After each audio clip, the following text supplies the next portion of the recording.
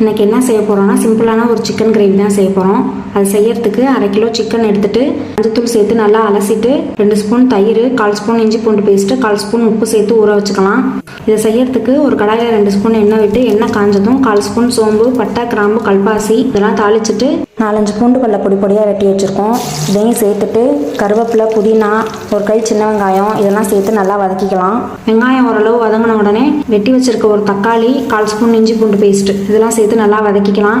தக்காளி நல்லா குழைய வதங்கினோன்னே 1 ஸ்பூன் மிளகாத்தூள், 1 ஸ்பூன் மல்லித்தூள், 1/4 ஸ்பூன் கரம் மசாலா, 1/4 ஸ்பூன் சீரகத்தூள், 1/4 ஸ்பூன் மிளகுத்தூள், 1/4 ஸ்பூன் உப்பு இதெல்லாம் சேர்த்து நல்லா வதக்கிக்கலாம்.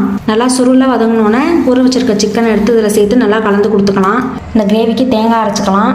2 சில்லு தேங்காய், பாதி பெரிய வெங்காயம், பாதி தக்காளி, 1 ஸ்பூன் பொட்டுக்கடலை, 1/4 ஸ்பூன் சோம்பு, ஒரு கிராம்பு, ஒரு ஏலக்காய், ஒரு பட்டை, ஒரு கல்பாசி இதெல்லாம் சேர்த்து நைஸாக அரைச்சிட்டு இதை சிக்கனில் சேர்த்துக்கலாம். இதில் வெட்டாமல் 2 பச்சை மிளகாய் சேர்த்துட்டு 1 டம்ளர் தண்ணி சேர்த்து நல்லா கொதிக்க விடலாம். ஒரு கொதி வந்தாலும் தட்டு போட்டு மூடி வேக வச்சுக்கலாம்.